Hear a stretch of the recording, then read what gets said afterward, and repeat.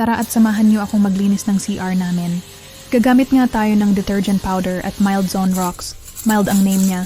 Pero in my experience, ang tapang nito guys, may heat ito pag natagal sa balat. Tama na ito, baka maubos nating ilagay ito guys. Kasi sa video na lang tayo na focus. Baka magalit na ang bumili.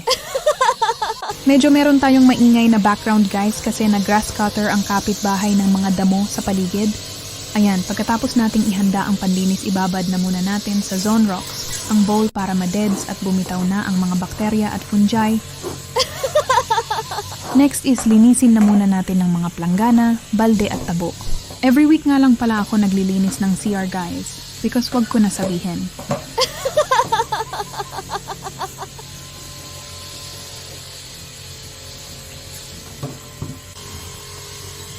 Planggana naman.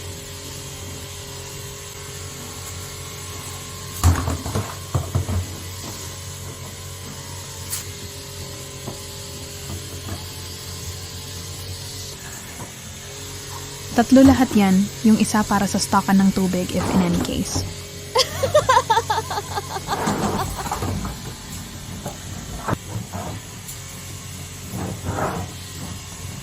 After, linisan naman natin ang mga bottle ng shampoo, lalagyan na ng sabon and etc.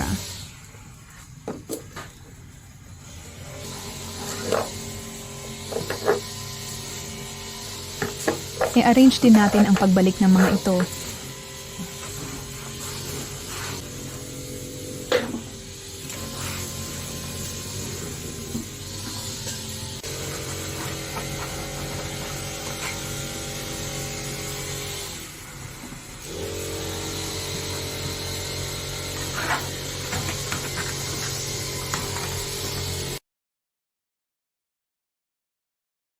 Akin tong white na lalagyanan.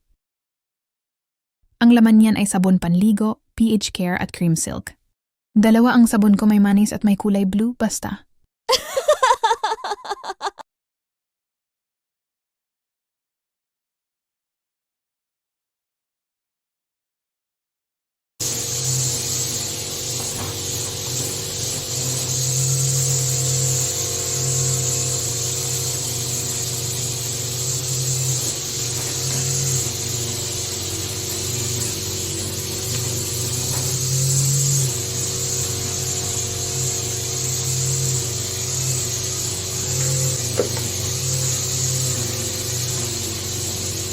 Then, next ay linisan na natin ang anti-slip mat. Isunod naman natin ang walling. Ang gripo sama na natin yan. Sa floor naman tayo. Natanggal na yung grout ng aming floor sa brush at kakalinis na rin, hindi pa napapatungan ulit.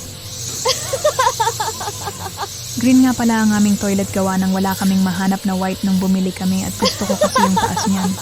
Sakto lang. Ipahuli na lang natin yung mas madudumi na areas.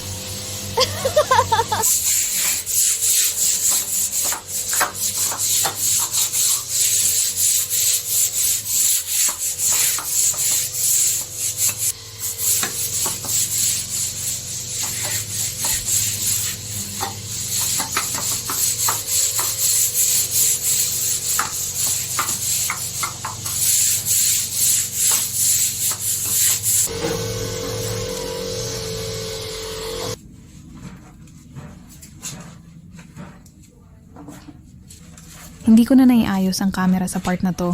Isama na lang natin yan. Last, ay kuskusin na natin ang toilet bowl, panigurado okay na to.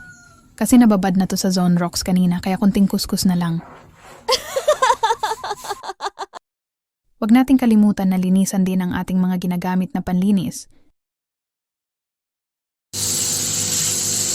Okay, magbanlaw na tayo ng mga gamit.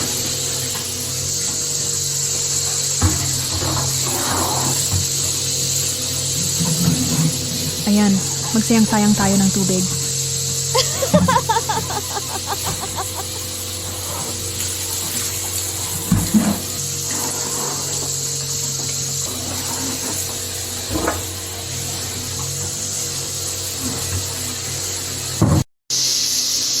Panlawan na rin natin ang ating wall.